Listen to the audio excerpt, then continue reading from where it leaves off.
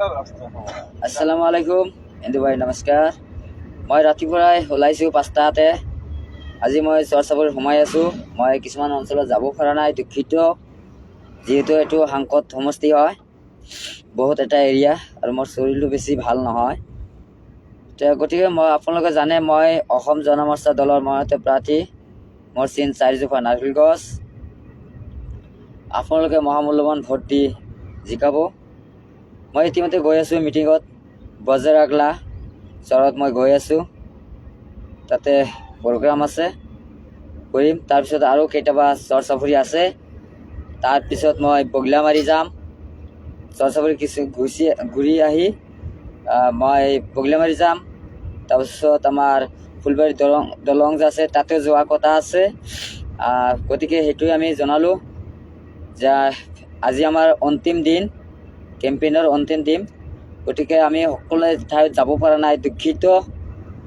কিন্তু আপোনালোকে নিশ্চয় দেখা পাইছে, মোৰ নিচিনা হৈ মানুহে আৱেগিক হৈ ভোট খুজি আছে।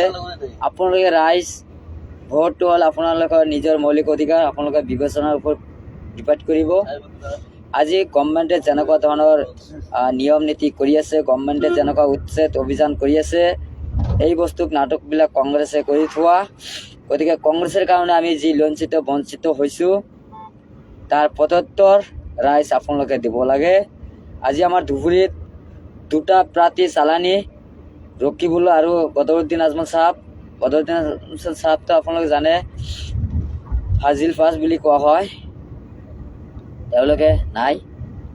আৰু ৰকিবুলটো আপোনালোকে জানে আমাৰ ধুবুৰী নহয়। গতিকে এই কথাটো স্পষ্ট, যাতে আমাক এবাৰ আগুৱাই লওক, আপোনালোকৰ ভৱিষ্যত কাৰণে আগুৱাই লওক, তাৰ কাৰণে আমি বিচাৰোঁ।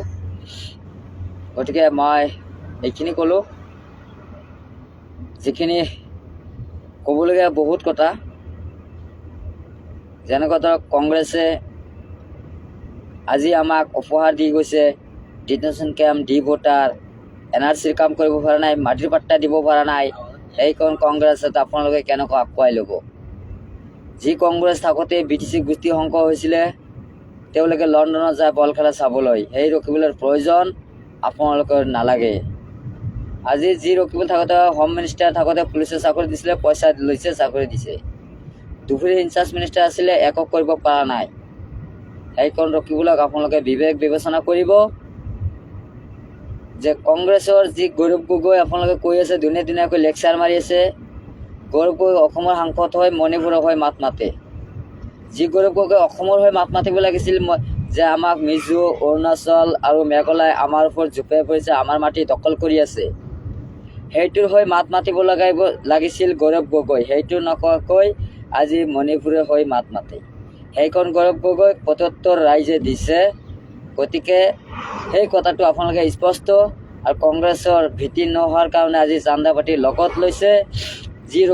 যি নেকি উকিল গগৈ কৈছিলে মই ৰাজনীতিৰ লগত কেতিয়া জড়িত নহওঁ, সেই উকিল গগৈ এতিয়া হাত পায়, তেওঁলোকে এজন বিধায়ক। আৰু লুৰিণজ্যোতি গগৈ তেওঁ কৈছিলে চান্দা পাতি, যিহেতু তেওঁলোকে আন্দোলনত সদায় থাকিছিলে, যে আমি সদায় অন্যায়ৰ বিৰুদ্ধে মাত মাতি থাকিম। আৰু সেইকাৰণে আজি তেওঁলোকে মানিজ এভৰিথিং ইন দ্য ৱৰ্ল্ড, তেওঁ টকাৰ কাৰণে আজি কংগ্ৰেছৰ মিত্ৰজোঁটত তেওঁ অসম জাতীয় পৰিষদ যিটো আছিল, তাৰ পৰা আজি খেলি আছে ডিব্ৰুগড়ত। গতিকে আপোনালোকে জানে, ইয়াতকৈ আৰু দুৰ্ভাগ্যৰ কথা নাই। আৰু আপোনালোকে কংগ্ৰেছৰ কথা ক'বলগীয়া ক'লে বহুত কথা। আজি তেওঁলোকে ন্যায় লাগে, কিয় ন্যায় লাগে মই আজিলৈকে ৰাজহুৱা কৰিব পৰা নাই। গতিকে মূল্যবৃদ্ধি হৈছে। আজি যিবিলাক মানুহক উচ্ছেদ কৰিছিলে, কোনোবা কংগ্ৰেছৰ নেতা, পালি নেতা গৈছিলে, কিবা খবৰ লৈছিলে, যিবিলাক উচ্ছেদ হ'ল, যিবিলাক ডিপোটাৰ হ'ল, এইবিলাক কংগ্ৰেছে কৰি থোৱা। গতিকে সেইকাৰণে আজি কংগ্ৰেছৰ ফল পাইছে। এইখিনি কথা। আজি বিজেপি চৰকাৰ আপোনালোকে জানে বিনা কাৰণে জেলত ভৰাই আছে, বিনা কাৰণে এনকাউণ্টাৰ কৰি আছে। আজি আমাক লঞ্চিত বঞ্চিত। এইখন বিজেপি চৰকাৰক আমাৰ প্ৰয়োজন নাই। গতিকে মিয়া চাচাৰ ভোট নালাগে, দাড়িৱালা টুপিৱালা ভোট নালাগে। এক দেশ এক নিয়ম খুজিছে, UCC ইউনিফৰ্ম চিভিল কোড এইটো আপোনালোকে বিৰোধিতা কৰিব লাগিব। 25 আৰু 29 আৰ্টিকেলত সেইটো স্পষ্টভাৱে মৌলিক অধিকাৰ উঠাই দিব।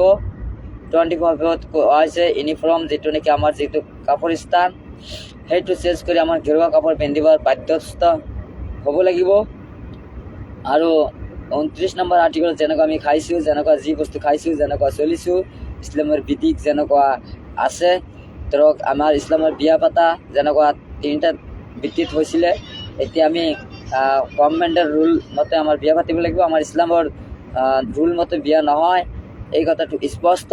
গতিকে আমি ইছলাম ধ্বংস আমি হ'বলৈ নিদিওঁ। গতিকে এই কথাটো স্পষ্ট। সেইকাৰণে কৈছোঁ UCC আমি নামানো আৰু নুবুজো। আপোনালোকে সকলোৱে ওলাই আহক, এই কথাটো স্পষ্ট, কোনেও মাত নামাতে। গতিকে ৰাইজ আপোনালোকে যদি ঘৰত বহি থাকে তেনেহ'লে লঞ্চিত বঞ্চিত হ'ব লাগিব।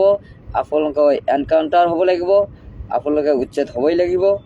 গতিকে আপোনালোকে এইবাৰ সুযোগ আহিছে, আপোনালোকৰ মহামূল্যৱান ভোট এইবাৰ চুকুৱেলিক এবাৰ সুযোগ কৰি দিয়ক। তাৰপিছত কাৰ কিমান ক্ষমতা আছে এবাৰ চাম, চুকুৱেলি চাই ল'ব। গতিকে এবাৰ আপোনালোকে ডাঙৰ মানুহক দি দেখিলে, এইবাৰ চুকুৱেলিক এবাৰ চাই লওক, চুকুৱেলি ক্ষমতা আছে না নাই এইবাৰ চাই ল'ব। আপোনালোকে এইবাৰ হাত মজবুত কৰক। আমি আপোনাৰ লগত আছোঁ, আপোনালোকক মই কথা দিছোঁ।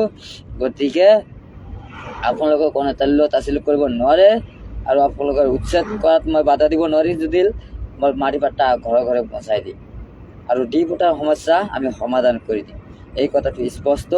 গতিকে আপোনালোকে দেখাই পাইছে যে চুকুৱেলি জয় জয় মই সকলো ঠাইতে চুকুৱেলি মানুহ আগুৱাই আহিছে, কাৰণ চুকুৱেলি কথা যিটো কৈছে এই কথাটো সঁচা। গতিকে আপোনালোকে বিবেক বিবেচনা কৰি আপোনালোকে ভোট দিয়াৰ অধিকাৰ। গতিকে আপোনালোকে সেইটো চিন্তা কৰিব যে আপোনালোকৰ আপদ বিপদত কোনে আগুৱাই আহে, কোনে সঁচা কথা মাত মাতে, এই কথাটো চিন্তা কৰি আপোনালোকে ভৱিষ্যতৰ ল'ৰা ছোৱালীৰ কথা চিন্তা কৰি আপোনালোকে যাতে আমাৰ সুযোগ কৰক। এইখিনি কৈছোঁ, কিবা ধন্যবাদ জনালোঁ।